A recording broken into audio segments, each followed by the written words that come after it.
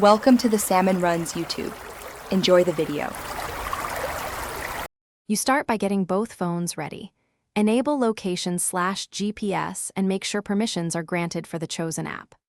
Open the app on each device and sign into the same service or set up a share link, because the actual connection relies on account or link authorization. Once done, turn on Bluetooth or Wi-Fi and keep mobile data active.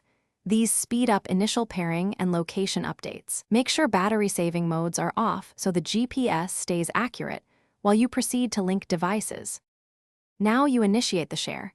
Tap Share Location or Send My Location in the app and choose the other phone from contacts or paste a generated share link. You do this because the app needs explicit permission to broadcast coordinates. On the receiving phone, accept the share and grant location permissions. Confirm you can see the sender's device name and live pin. Once linked, test by moving a short distance to verify updates. If accuracy lags, toggle GPS off and on to force a fresh fix before finalizing. Finish by verifying you see real-time location updates and that accuracy is within acceptable meters. Make sure sharing duration and visibility permissions match what you intended, because persistent sharing can expose location longer than needed.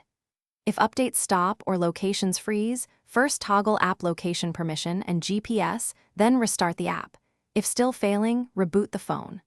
One key troubleshooting tip: check background location access. Without it, the app won't send updates when locked, so enable background location to maintain continuous tracking.